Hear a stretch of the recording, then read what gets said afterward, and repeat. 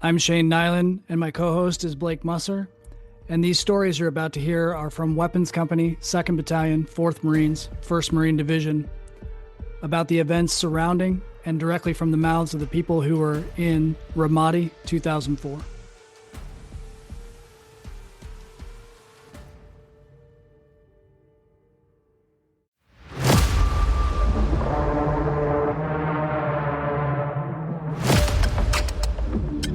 If you want, we can describe you prior to this all gets this. They can Google me. They can just put my name. They'll see what I look like. That's true. Let's do it, gentlemen. What are we talking about? You gonna ask questions, or you just want me to just talk? Well, let's start with the easy spot. Starting in 2004 when we deployed. Tell everybody your name, what platoon you're in, and your rank, and all that. Oh, my name is Joseph Latham. I go by Joe. Everybody knows me as Joe. Some people call me Big Joe, Smoking Joe, or Latham. I was in MAP 3 in 2004, Mobile Assault Platoon, the third one. Yep. Nice. There you go. All right, man. Wherever you want to start. Talking about anything, correct? Anything with absolutely. Iraq. Yeah. We have war stories. We have people talking about how they just generally felt about the other people that they served with, how they felt about their service in general. Yeah. What good luck charm you had in your pocket, you know? Yeah. I do. I wish I had my good luck charm, so I'll start with that one. I was patrolling down the street, and this is like one of my favorite stories. Some kid in Iraq, he walked up and he said, Abu Samra, Abu Samra, Abu Samra. I was looked down at him. He's like, "This is you." So he pointed to it, and it was a black troll. So he had a little black troll with pink hair, right? And he actually gave it to me, and he's like, Abu Samra, Abu Samra, and Abu Samra.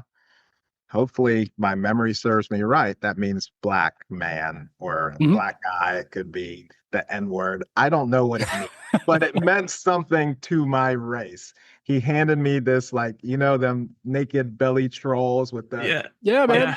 He handed that to me, and I kept it throughout the entire deployment. I still have that thing to this day. I take it everywhere with me when I travel.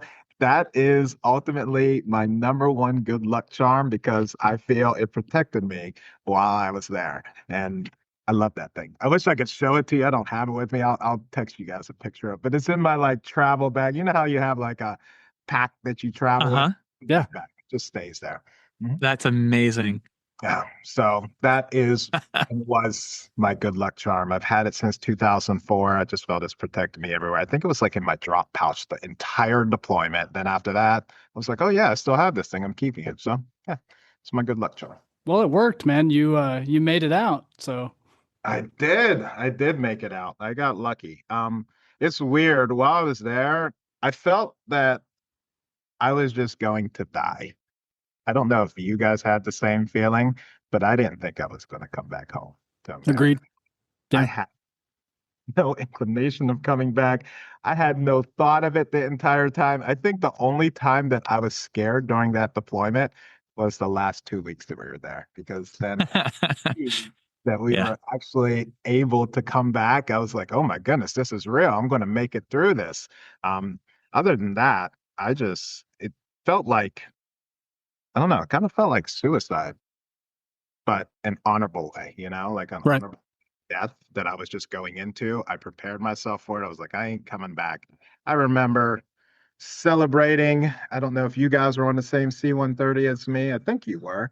You remember, I think, General Weiler. Now he gave us a bottle of liquor to drink. Yeah. And we were passing it around the C-130. I was like, oh my goodness, we're really going to die. That was on the way over, not on the way back. On the way over there, we had a bottle of liquor, and I was like, wow, this is real. I'm really going to die. I was like, well, the good thing is my family will always remember me. My memory will last forever. Right.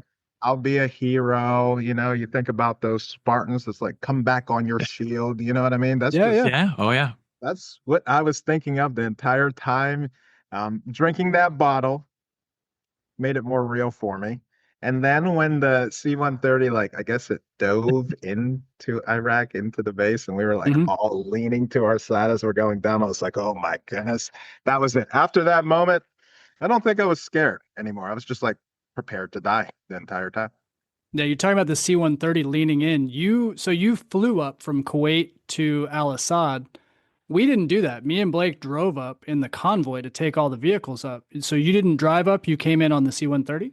No, the C-130 going into Kuwait. That's what Oh, made okay. Oh, okay. Okay. that Okay. tilting down. Yeah, I yeah. really thought the plane was fucking crashing at Yeah. that point. I They was Sure. like, definitely Sure. came down just had hard. some liquor.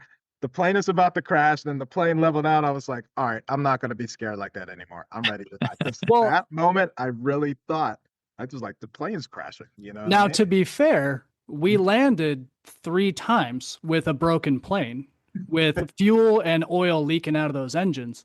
Yeah. And so thinking you're going to die in the plane is absolutely reasonable. Plus, those damn planes were freezing ass cold and it was awful. Yeah.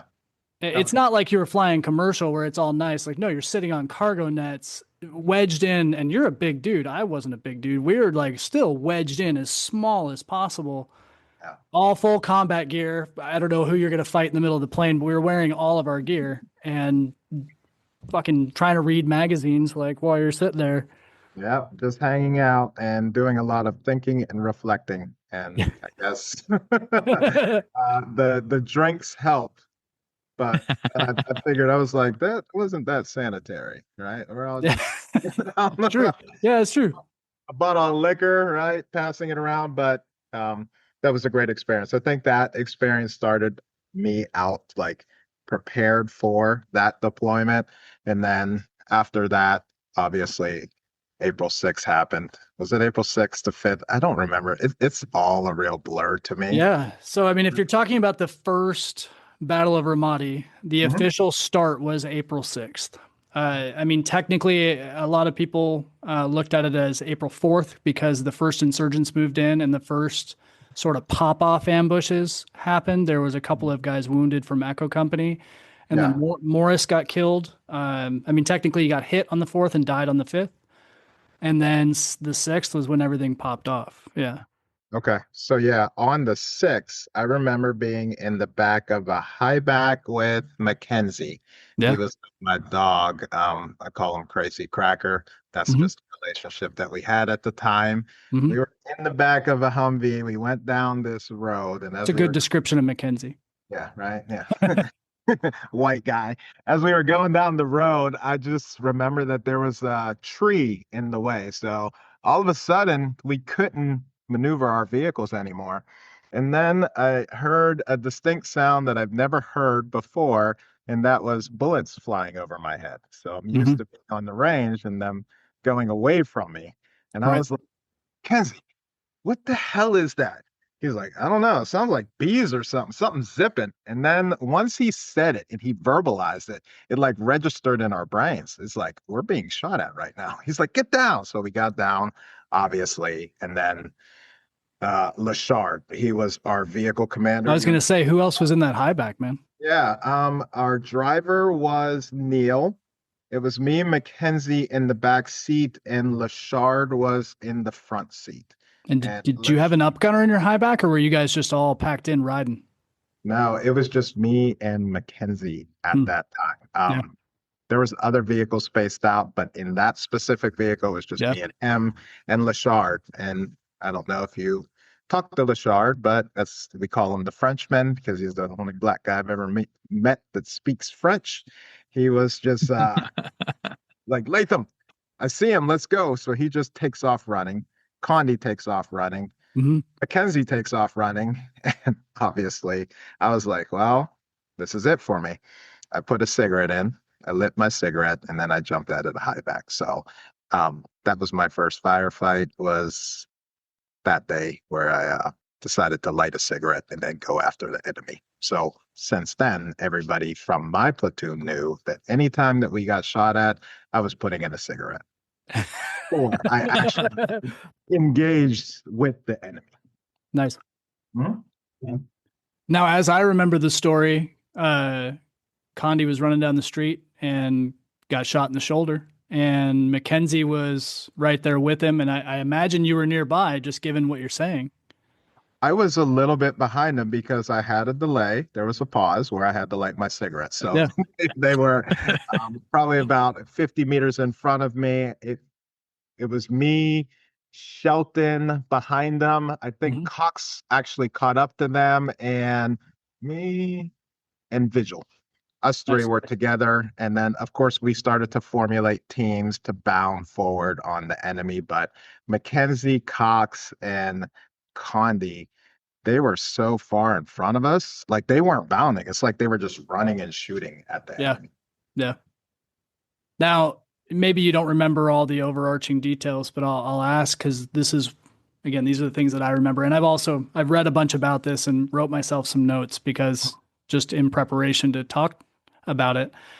You guys were down on the south side of Ramadi because Golf got ambushed and pinned down there off of Easy Street. Do you remember that? And then it was you guys first, and you were the first responder, and you guys took the pressure off of Golf so they could at least reinforce because they were fragmented. At least by what my understanding was, there was a couple of guys here and a couple of guys here and a couple of guys here. They were not all together. And then you guys took all the pressure off because you were in a heated firefight for hours, not like minutes. It was for hours. Does that Yep. sound right? I actually ran out of ammo, and the Army saved me that day because Big Red 1, who was the local base. So we were bounding it in firefights. We were shooting all over the street, the windows, going down the street. Mhm. I had probably a magazine left, and I know there was problems with coordination, and this was like PFC Lance Corporal Latham. I wasn't at that higher level at the time, right? I just knew that I was running out of ammo personally. What am I going to do? And I say maybe it was like 3 hours in, M1113, I think that's what it is. Yeah. Yeah. Yeah. Down. Yeah, one of those like army tank type vehicles Yeah. The came. 113s. Yeah. Yeah, this guy, some colonel gets out with these yellow gloves. I remember this plain as day. He gets out with these yellow gloves and a shotgun. The sergeant major is with him, and I think it is the colonel from Big Red 1. It is. Yeah. Like, Marine, what do you need? I was like, ammo. And he's like, give him ammo. And this lady comes out and she just gives us pre-filled mags. So I replenish. You know what I mean? She gives me all these magazines, and I was like, yes, I'm good now. So then, like, I literally, like, me and Julio Muniz, I call him Mumu. Me and Julio, we were sitting there. We were like counting our rounds. We're like, man, I only have one mag left. I don't know what we're gonna do. And he said the same thing. And like right after that, that vehicle just pulled up, gave us a bunch of ammo. And Sergeant Major's like, where they at? Where they at? I was like, all over the fucking place. Just turn and shoot, dog. And obviously we got our ammo, and then we kept moving forward. But there was like so much chaos going on that day. I don't even think my mind tracks at all. Right. I mean, from all reports, Major Harrell was coach, right? He was the guy that was standing in front of the giant detailed map back at the headquarters. I don't know if he was that day, but he was the only one that was able to track units because the radio chatter was so constant. Mm-hmm. And he was moving little tiny stick pins back and forth. Like, I think they're here. I think they're here. But we were just screaming over the radio. Like, I mean, you didn't have a GPS. You didn't have a drone overhead taking spot shots of you. You didn't have any idea where you were. You were just moving forward towards the sound of gunfire and hoping, I don't know about you, but hoping to relieve the unit you were sent to do the QRF for. Yeah, I didn't know where that unit was.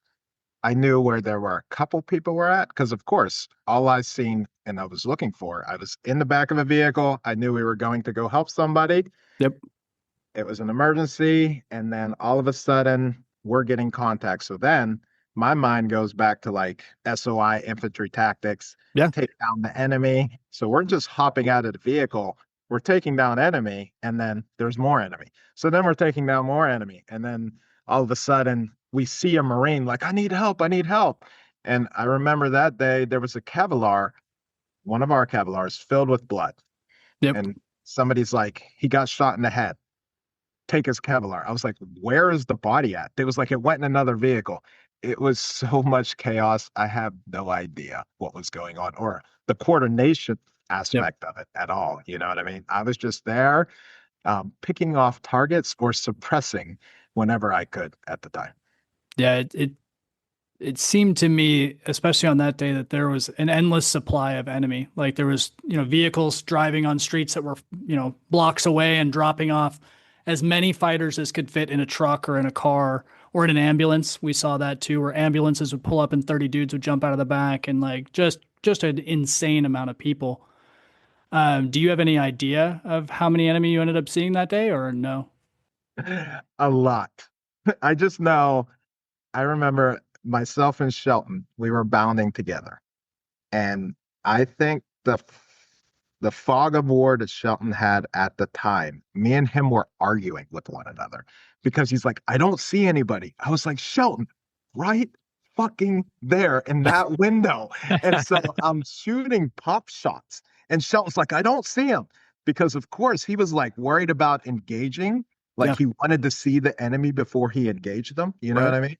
Yeah. And the whole time, me and him are arguing because I see him plain as day, like popping out a window. I see like Yeah. the ricochets from bullets near a wall. And I'm like, shoot that window. He's like, I don't see anybody. So I just start spraying the window. I was like, keep shooting that window. And then, of course, we're bounding forward. And it was cool. Like while that was going on, I would say, I hate to give this dude a compliment. Rapazzo, he actually got the vehicles in order on the street, Hmm. down the middle of the street. So we were Yeah. like the enemy. Rapazzo got, he think he was in the last vehicle. He got all the vehicles in the middle. So then we had machine gun fire. And I don't know if you remember Lance Corporal Brown. Yeah. Oh yeah. Yeah, my boy Brown.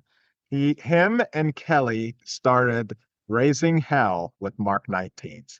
And that power, it's just like that moment, I was like, oh, we got this now. You know what I mean? So Yeah. then the fear was, I already thought I was going to die.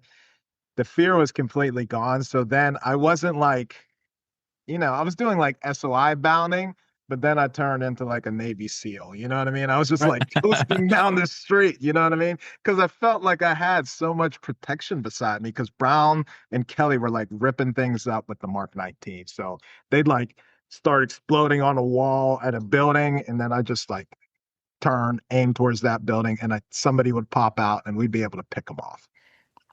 I imagine it probably served Rapazzo well because Rapazzo had been a machine gunner his whole career, and he had been mostly not in a line company. He had been in a weapons company or a cat platoon of some sort, probably his whole career. So probably moving the vehicles was a natural move for him. So that's really good. Yeah. And then what I remember, and this story may not be correct, but this is just what I remember from then, that Conde got evac from the battlefield off in one of those 113s. Is that right? Because he was shot through the shoulder and he ended up passing out. No, he didn't get evac. He got patched up. And Conde was in the middle of a firefight. So, of course, I'm like reloading my ammo, putting more cigarettes in my mouth, lighting my cigarettes, and I see Conde walk up like the biggest badass in the world. They cut his sleeve off of Mhm. his blouse and they patched him up, and he's walking down the street with his hand on his rifle with his shoulder patched up, and he wouldn't leave the firefight that day. So he's like, no, I'm staying with my platoon and we're fighting. And Nice. that's exactly what we did. So we just kept bounding forward and there was consistent contact. I mean, it was easy for us. So like after I got into my like badass Marine mode, I was able, like, as I'm walking down the street, I was able to see like rounds from the closed outer door, their exterior doors, like their garage doors. Yeah. I guess Mhm. Yeah. there'd be brass there. So I'd be like, wait a minute. So I'm looking down, I was like, there's brass here, and we just got here. Let's go in this door. Big ass Silton would run through the door. And then as we get in there, you know what I mean? A guy would just be like, oh my God, Americans, you're here and you're here. They're like, you were just shooting at us. And they're like, no, no, no, no, no, no, no, sir, no. So Alibaba somewhere else, he say something weird, right? I'm like, no, man, you were just shooting at us. We'd grab his rifle and it was still warm. Yeah. So it was like all over the city. And that was like kind of our tell as we were like bounding down the streets. We just start, if we weren't getting engaged at the time, we'd start looking on the ground for brass. Yeah. brass, and that would give us like an inclination of which direction to go. That was like Combat Hunter before it was Combat Hunter. You know? Yeah, no shit. Yeah. That's awesome, dude. And then, so how did the 6th end for you? Because again, my notes, that doesn't mean that any of this is correct. You guys ended up being reinforced near the cemetery, and then eventually Rainmaker supported you guys, and then you got Golf Company back together, and then they moved their casualties back to Junction City, now called Camp Ramadi. I don't remember that. Yeah. Okay. I think the biggest highlight the last thing that I remember was the M1113s bringing us a bunch of ammunition. And then from that moment on, it's like a complete blank to me. I just remember Doc was asking us who got injured after we got back to Camp Ramadi. Which Doc? Hurricane Point, right? Yeah. Hurricane Point. Hurricane Point was our house. Yeah. Yeah. After we got back to Hurricane Point at the end of the day, Doc, he did a consolidation to see who got injured at all. Do you remember which Doc? Was it Rakebrand or was it your platoon Doc? It was my platoon Doc, Doc Hughes. Hughes, yeah. And Hughes was your Doc. Okay. Doc, I forget his name, the Filipino guy. He was our Doc. So we had two, and they did a quick consolidation to see if anybody got shrapnel or injured. They checked out the platoon because, of course, that was the first combat experience that we had. Sure. And then after that, we watched Love Actually. Seen that movie? Love Actually? Yeah. So that was your post-combat ritual, was to watch Love Actually. That's fantastic. Well, not all the time, but that day we watched Love Actually. We put it on the TV and the Hooch. It was a good time. I don't think I joke. Go ahead, dude. I joke with you saying that I joke sometimes with friends that were in combat, that you can tell whether or not they actually were in the shit when you ask them what songs did you guys listen to before you rolled out, and the more hardcore they try to suggest the music was, the more it's like, well, but if they say it was like girly, like bubblegum pop stuff, it's like, oh no, you actually probably did something. Like if you were listening to Britney Spears, if you say your song was a Britney Spears song, I believe you. You did something. But you say Bodies Hit the Floor? No, I don't think you probably did much. Exactly. Trying to project a lot harder than what they are, right? That's hilarious. So you got back on the 6th, you watched Love Actually, which that's fucking awesome. I bet Hugh Grant would be very proud to know that a bunch of battle-hardened Marines literally just killed hundreds of people and then came home to watch his movie. And we were crying. I was crying in that movie. That was a beautiful movie. Like, I was missing home. I wasn't crying about the battle. You know what I mean? That movie was literally beautiful. All of us were in tears. This is a bunch of grown men, war fighters, in tears from that freaking movie, man. And it was amazing. And then we were like talking shit to each other because it's like, you're not crying. Like, you're not crying. Like, yeah. All of us were in tears, and people were like walking away to go wipe the tears from their face. It was a beautiful time. I will never forget that. There's parts of the combat I'll forget, but that moment right there, I realized, like, we're all brothers, man. And human beings, we have all of these feelings, and I think that was actually a good way for us to release those like feelings that we have in that specific moment on that day. Yeah, man. 100%. That's fucking amazing. So you had to retool and re-outfit the trucks. And then the morning of the 7th, you guys were first out the gate. Yeah, we were. You were the first out the gate at Hurricane Point, and Conde was still with you because he wasn't. Yeah, he had just stayed with, and then you took if I remember right. Now, again, you correct me because I don't know. It's your platoon. The XO went with you, right, Duke? Lieutenant Wells? I think so. I don't remember. You don't remember? I, really don't. I remember. I don't know if it was the very next day or the day after. Maybe you guys can refresh my memory. is the next day the day that we took and there was somebody on a loudspeaker yelling at everybody? Or So was that Yeah. was it was the 6th and the 7th were just combat? hard street fights. There was nothing like that. On the 8th was Operation County Fair, and that was like a small scale cordon search. There was a couple of tiny gunfights, nothing crazy. On the 10th, nothing really happened. On the 9th, nothing significant anyway, bullshit patrols. And then on the 10th was the first bug hunt, and that was when they brought out those loudspeakers and were Yeah. playing Slayer and Drowning Pool and screaming over the mics like "fuck you, you pussies, we'll fight you in the streets." Uh-huh. And that was the 10th. That was the 10th. Wow. So the 7th, 8th, and 9th, I remember we patrolled somewhere, you know where North Bridge is at, and there is a Mhm. street that goes along the river. Do you know that street? Nova. Yeah. Nova? That was the end of Nova. Yeah. Okay. So I remember we got in contact there that day, and I think Cummings got hit. Oh, that's Yeah. right. He got shot through the lung, right? He did. Yes. So Cummings got hit that day on that street. And the reason I remember that is because Lachard, the Frenchman, said, Latham, put an AT4 in that building. And I was like, oh shit, I get to fire AT4 in combat. This was like my day, you know what I'm saying? As a missile man, ran up, I grabbed the AT4, I get it ready, and then boom, it misfired. So then I went and grabbed another one. Boom, it misfired. All of our AT4s were duds that day. So Yeah. machine gunners, they just set it off for us. Brown and Kelly. And then I don't know. It's just I think after the first day, you want to do more, like you want to level up, you know what I mean? So Yeah. I told Lachard, I was like, hey, next time we're in combat, I'm grabbing an AT4 and I'm shooting. He's like, okay, I don't care. Do what you want.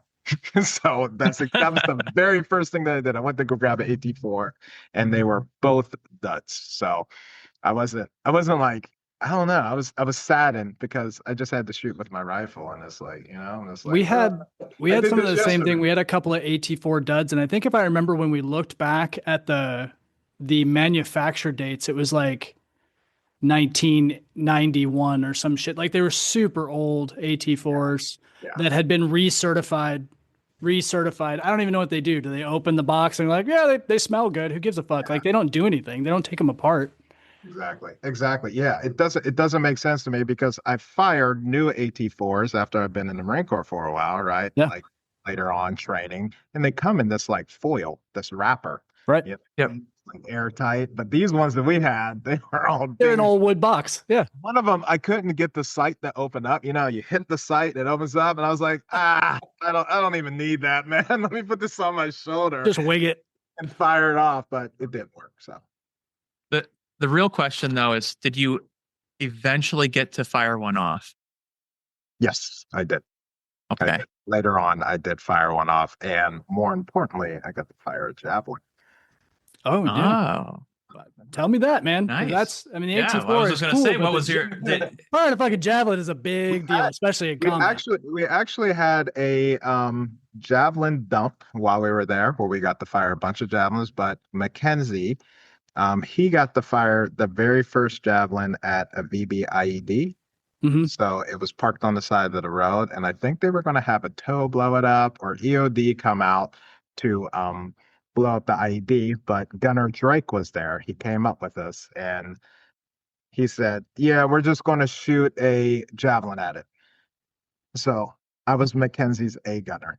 Mackenzie gets down into position, and Gunner said, I remember he said this directly to us: "Make sure you fire it on direct attack."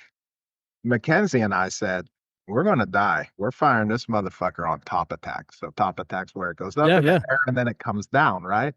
Us as Lance Corporals, we don't know what the hell's going on, but the debris makes the explosion go outward, which means it comes back towards you, right? So that's probably why Gunner gave us the tip.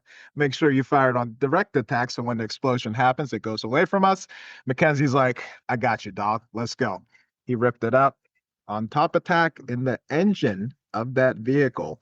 landed behind us. So that's how the explosion was. Like, it went up in the air, and Gunner's like, "What the fuck did you guys just do?" And then, boom, it hit, and then all of us were like this, just like, "Oh man!" But the engine dropped behind us, and Brown and Cox. Everybody remembers Cox. Cox, like, "That was fucking cool, man. That was so amazing. Here's the engine. Look, here's the engine over here." And Cox went running out to the engine, but that was the very first javelin that we got to fire. And then right after that, we got to go do a javelin dump where all of us got to fire javelins. My memory of that VBID was it was close to the South Bridge. Is that right? Down and or was it, where was that VBID? It was by, what was that South base? You know, the base, the first, I don't know if it's South. Combat outpost? Yeah, combat outpost. That's the last base prior to going to like to Kadam, right? The road that we went down, that long road in the middle of nowhere. Yes. So it was outside of combat outposts. Okay. Yeah. Combat outposts was where Echo and Golf were. There was Snake Pit, that was where Fox Company was. That was depending on which way you took to Kadam. Yeah. So it was combat outposts, I'm sure. Yeah, nice. Yeah. So we picked up Gunner. I think maybe Gunner was at combat outpost, but I don't know what happened. Gunner's like, "I'm coming." And then he's like, "Fire direct attack." We're like, "Yeah, whatever, bud." We're gonna die here soon enough, man. Yeah, I'm not listening to that order. Excuse me, sir. You happen to be the most senior weapons expert in the entire Marine Corps. I'm Lance Corporal. I got this. Right now, but nobody died, so we were. Yes. That's awesome. Mission accomplished. It was accomplished. Dude, that's awesome. And then on the 10th, you were asking about the loudspeakers. I truly don't know where you were on the 10th. Mm-hmm. I know where Blake's platoon was, and I know where my platoon was, and I kind of know where map 1 was. I have no idea where map 3 ended up on the 10th. I just remember I was bitching with Mackenzie and Shelton, and I was like, "I'm tired. Like, I don't want to keep doing this." And we're telling him to come fight. I was like, because there was somebody like making announcements. Yeah. And saying like, "Come out, come fight." Yeah. Right now, we're not leaving. I was like, who is this dude provoking them? Who came up with this dumbass idea, right? Yeah. Like, go shoot Latham right now. Go shoot map 3. I was like, "Oh, this makes no sense," because I think I definitely had combat fatigue by then. I really know what was going on. I was just there, and I swear if I wasn't so close to my platoon, I would have just slept in the rack. You know what I mean? But everybody was going, and you can't be left behind when something like that's happening.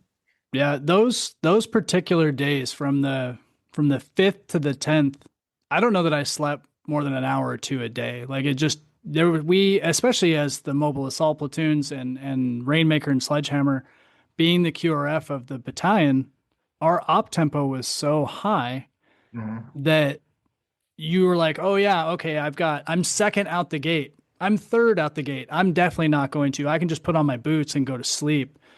But you didn't, not for those days, not for those 5 days. It just was impossible. And yeah, by the 10th, I was exhausted. I think I passed out in the front seat of the Humvee for 20 minutes.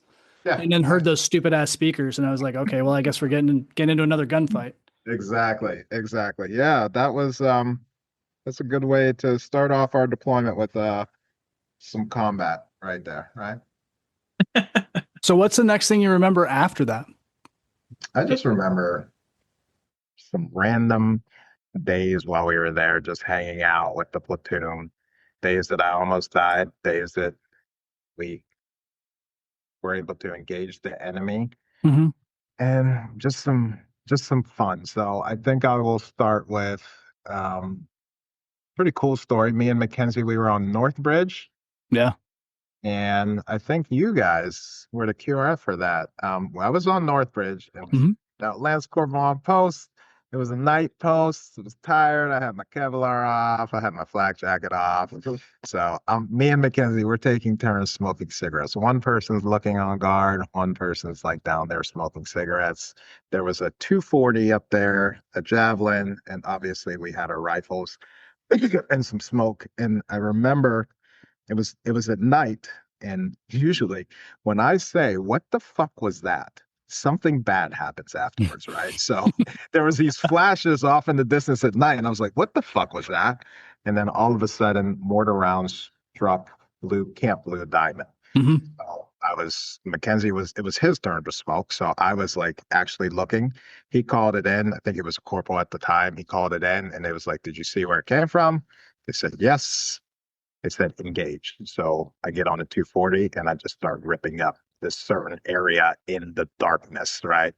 And afterwards, I think a separate platoon, I don't know if it was your platoon or not, some platoon went out there and they've actually found the mortar contraption. Was that your platoon? I think that might was have been me. That was you guys. I think it was one of the mortar platoons. I was on the radio listening to it and trying to coordinate between Bastard and Blue Diamond and trying to figure out who was going where. If that's the one, do you remember seeing it was like angle iron that they had put on a screw, and then they were using a battery. Yeah. Yes. We found that was on the north side of the Euphrates. It was, outside of our AO, right? Yeah. We rolled out there. Yeah. I remember that engagement that day, and the car lit up. So I just start shooting into the darkness. I can't see nothing. Mackenzie gets on the clue, so he's able to see at night, and he's just like walking me on target. He's like, oh, there's a car that lit up. Shoot it. So I just start blazing this car off into the distance. But I think we were able to talk you guys on to the position. Mm-hmm. I don't know if I actually eliminated any enemy or not that day, but we did get the contraption. And then right after that, General Mattis was on that base that day. I don't know if you guys know this. And he said he wants to know who's on Northbridge that night, who engaged the enemy after he got attacked. So he actually came to Hurricane Point. I met General Mattis and Sergeant Major Kent. I think that's who it was at the time. Yep. Sergeant Major, he got me prepared. He's like, you're going to get meritoriously promoted. He's going to hook you up. I was like, all right, whatever, Sergeant Major. He's like, yeah, he wants to meet you. I meet General Mattis. He's like, you were on that bridge? It was me and Mackenzie. You were on that bridge that night? And Mackenzie's like, yeah. Latham's the one that engaged the enemy that day, took care of him. He was on post, standing guard, watching everything, doing the right thing. A professional Marine. Obviously, you know how I was rolling at the time. No Kevlar, a cigarette in my mouth, hanging on a 240. But he told General Mattis that at the time, and he's like, I got something for you. And so he's like, Sergeant Major, give it to him. So he gave us these fans. Have you ever seen those like fans that squirt that mist spray? You know what I mean? Like it's a mist fan. So he gives us this misty fan and a cigar. And I'm just like looking at this shit, and I'm like, what the fuck am I going to do? Like, this is like a slap in the face right now. I don't even want this shit. But I did get to meet General Mattis, and he was cool. Sergeant Major Kent was cool, but I was hoping for a coin. I would have liked to have a coin. Yeah. General coin, a flag officer coin, or a meritorious promotion, but I got neither of the two. I got a misty fan and a stale cigar. So me and Mackenzie, we hung out and we were squirting ourselves with these misty fans and smoked our stale cigars. We threw them away, and then obviously we went and went back to our normal cigarettes. That was the shit I remember, is you guys smoking those cigars and being like, this is the shit I got. No medals. No fucking awards. I didn't even get a handshake. I got this shitty cigar, and I was like, you got fucked. It was funny. And then something else happened. Oh, you remember the cools that I used to smoke out there, right? Yeah, man, we both did. Yeah. So they put a picture of me in the Marine Corps Times, and I had like a pack of cools in my hand. Like we were about to go on mission because I smoked all the time, right? So I had a pack of cools in my hand, and we were getting briefed by Sergeant Williams at the time. It was me and Mackenzie. We were in cami paint, and I had a pack of cools in my hand. They took that photo. It went in the Marine Corps Times, and then on the page beside it was an ad for cools, right? That's awesome. In the Marine Corps Times. Cools actually sent me, while we were deployed there, a box of a carton of cigarettes. So I was hooked up during that deployment. Damn. I smoked the shit out of them. I probably didn't tell you about it at the time because you smoked the same kind. I did. Yeah, you were hiding it from me. I was. Yeah. Yeah, it was going to be a long deployment. But yeah, I got a whole carton of Cools that time. Damn. It was That's nice. pretty good. That's pretty good hookup. That's not quite as good as a stale ass cigar and a mist fan, but I know. Yeah. But yeah, the whole deployment, like stuff like that, I just had fun, you know? I mean, what can you do? You're gonna die, you might as well have fun while you're there.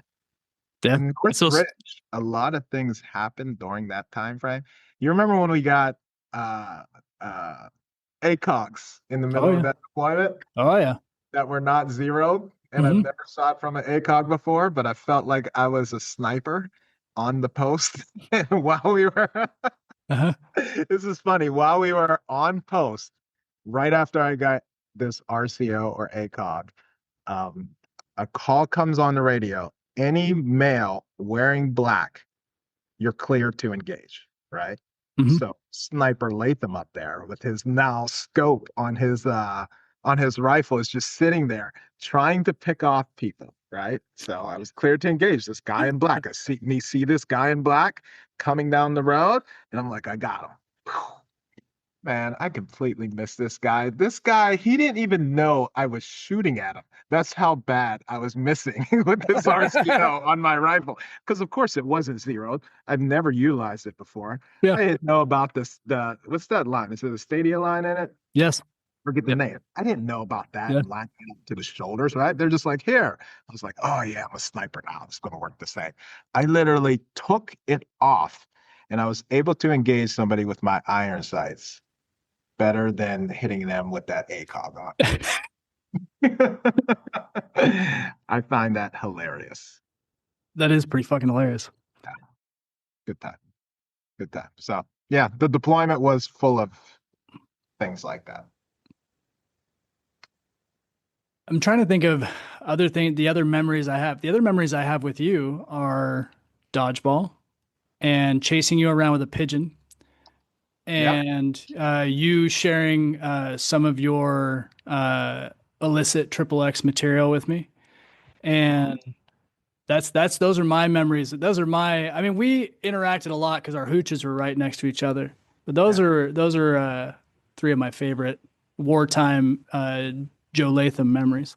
Yeah, yeah. Dodgeball was always fun, you know, right outside the hoops. We had a good time doing that. And We there's did. some videos on YouTube of us playing dodgeball. Yeah, Vigil took those videos and they're still there. I downloaded them so that way they're if he ever takes them down, they're still there. Uh, and it's funny, the the adult material that we had a pocket pussy that was in our hooch in the sink, right? So, and then the TV was in the back by the restroom, but the restrooms we weren't using them in the hooch. There was just a sink there, and then there was a pocket pussy in the sink. But it was funny because that pocket pussy would disappear all the time, right? Nobody claimed that they were using it, right? But then Uh, it just like miraculously appear in the sink. So we would check on it and we would see that it's there sometimes and sometimes it's gone. And then we'd be like looking for who actually is using it at this time. And so we go out searching, but we never found who was actually using that pocket pussy. that's hilarious. Could have been you. It wasn't me. It wasn't me. We had a We couldn't narrow it down inside of our hooch, so we were thinking that it was the next hooch over. I mean it could have been map too for sure. But I can attest that I never stole the pocket pussy. The only time I came over to into your, I mean, other than just to talk for a few minutes, but the only time I came and hung out in the hooch with you guys was to watch a couple of weird sci-fi TV shows. You guys always had the best videos and movies. Nobody in our hooch watched anything, but you guys had like a theater set up. It was great. I loved it. Yeah, right in the back. You were in the back, the Yeah. very back corner, right? Yeah. That's where the Love Actually went down. Love Actually and Man on Fire during that deployment were our two movies. Oh, that's awesome. Man on Yeah, Fire, Denzel. Yeah, Denzel, absolutely. That's a Yeah. badass But movie. how did you guys have your hooch set up? You must have had yours set up differently because in the back that's where our more senior leadership was, and they had it divided off, and then we were kind of split down the middle, and the Yeah. more in the front. Like how did you guys have your hooch set up? Ours was different. Yeah. So our sergeants, they were in the front of the hooch by the front door.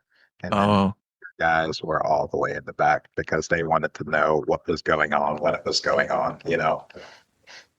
You guys were pretty sergeant heavy because you had Conde and you had Williams and you had Lashard. And who else? I just remember you guys being very NCO heavy. Conde, Williams, Lashard, Julio was a corporal. Yeah. Mackenzie was a corporal. Yeah.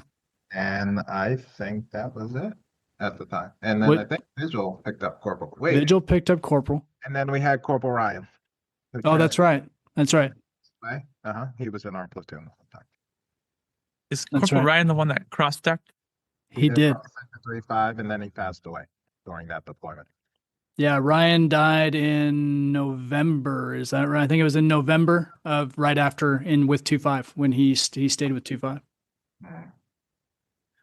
Yeah, I forgot about Ryan, but yeah.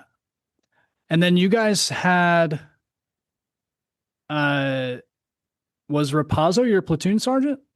Yeah, Rapazzo was our platoon sergeant, and then our platoon commander was Gunny Crutcher. Yeah, Gunnery Sergeant Crutcher.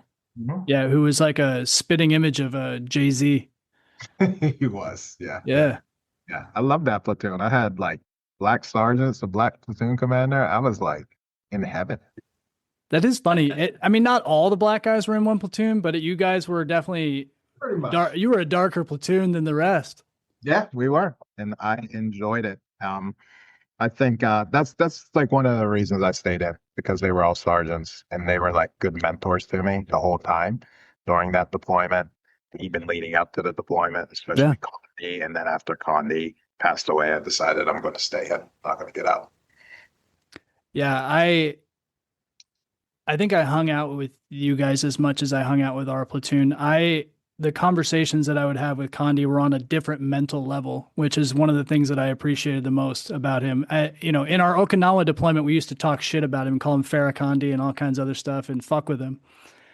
But after I, stopped fucking with him and talked to him a few times at Chow, and then you and I playing spades all the time on the Essex and Okinawa, and I got to know Conde again on just a totally different mental plane than 99% of Marines. And it was enjoyable conversations talking about history and politics and war fighting and the nature of human psychology and just all kinds of shit. He was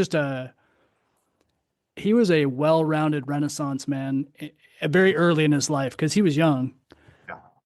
Yeah, he was an amazing human being. And like I said, he was like an amazing mentor. And once I felt the Marine Corps lost him, I wanted to try to fill his shoes and stay in for a while and give that back to other Marines.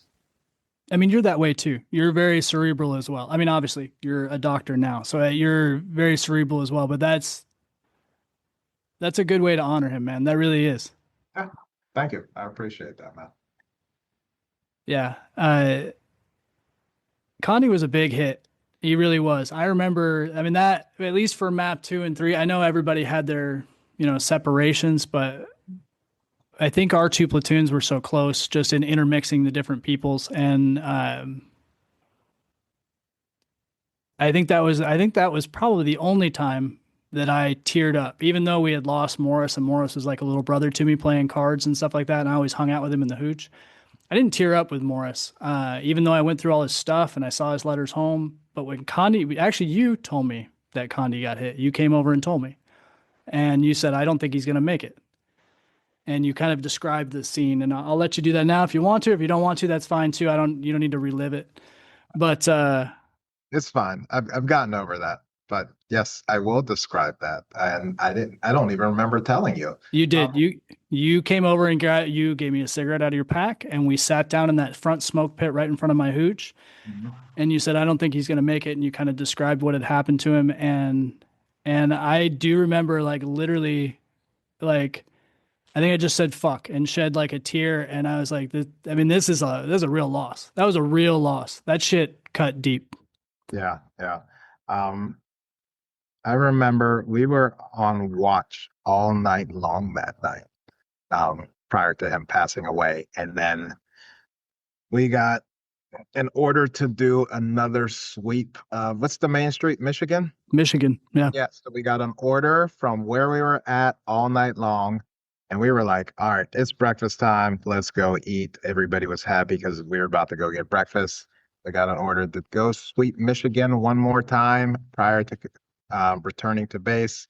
And then as we went past Junction City, and then we went all the way to the edge of our AO, flipped the bitch, U-turn, came back. That's exactly when we got hit right before Junction City.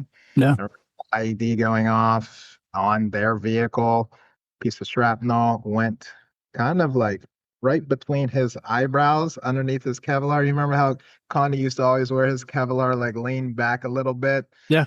Hit him right there. Once the vehicle got hit, all of us dismounted because, of course, we were in the back of the vehicle. We ran up to the vehicle to check everybody. Somebody got injured in the back. I'm trying to remember his name. Knackers. Knackers took a piece of shrapnel through the leg. He got medevaced. And then when I saw Conde, we pulled him out of the vehicle. All of us did together. Put him in the back of the vehicle. Julio was flipping out. Munez, he was flipping out. He just started shooting in the air because there was no enemy. Right. He couldn't shoot anybody at all. So he just starts shooting in the air, just pissed off, trying to see if we get shot at so that there is somebody somebody to fight. Somebody to attack. And there wasn't anybody. So all of a sudden pressure comes back. He's like, we're going now. So they called into medevac to what's the furthest base? Junction City, right? So Junction City was directly south over the canal, and that's where that's where we stayed before we left Ramadi. That's where the army was. So the one that you're talking about furthest out east, out by the Habania Dam and the mountain with the graveyard, that's combat outpost. That's what I'm talking about. Combat outpost. I'm sorry. That's okay. I mean, if you haven't looked at the map in 20 years, 20 I years wouldn't ago, expect you to. you know Yeah, I know. I'm here drawing pictures in the sky, and that means shit to you. Yeah. So yeah, they called in a medevac to a combat outpost, and it's like a beautiful thing in my eyes. The helo was landing as we got the combat outpost. You know what I mean? So we went flying in there. Everybody from Junction City, they were just rushing. They like pulling him out of the vehicle, putting him into the helo. But I knew once we put him in the back of the Humvee that he wasn't going to make it. There was no life in his body. That's what you had told me too. That's almost exactly what you told me 20 years ago. Was you said there was a body there, but he wasn't there. That's what you said. Yeah, he was completely gone. Yeah, I knew it at that moment. And yeah, I was upset going back. And you were my reprieve during that time frame. I just needed to process and talk to somebody and pull up a cigarette with somebody, and that was you. So I appreciate you providing that for me in that moment. Not that you knew what you were doing. You were just being a friend. So yeah, man. It's just what we did for each other back then. You know, you needed to sit and talk with somebody. Everybody, you can just, hey, let's sit down, let's smoke a cigarette and talk. Whether it's good, whether it's bad, we were all there for one another. You know what I mean? Very much so. Yeah, that was a particularly busy like couple of weeks because this is my memory of my notes. June 21st was when the snipers were killed up there out by Combat Outpost. And Blake's platoon went and did the body recovery and took them to the other airbase, not Takatam. Al-Assad. Thank you. Al-Assad. Yeah. And then on the 29th was when they took the engineers out there and they rigged that place and detonated it and blew down the house where the snipers were killed. And this may be wrong, but I think I recall that the reason why you guys were way out there was because you were going to the area where that it had been detonated the day prior. Because you guys were out all night on June 30th, and then Conde was killed literally on the morning of July 1st. July 1st, and we were going to get chow. Yeah. were out all night long. We were waiting until the chow hall opened up to get breakfast, and we're like, yeah, one more sleep. We're like, one more sleep. Who ordered this? Yeah. And is what it is. Yeah, I mean, you can get popped doing anything. You could get popped sleeping in your bed with all the incoming fire. It wasn't like there was a safe spot, but yeah. If you like what you've heard, this is a multi-part episode. Make sure you listen to the rest of the story.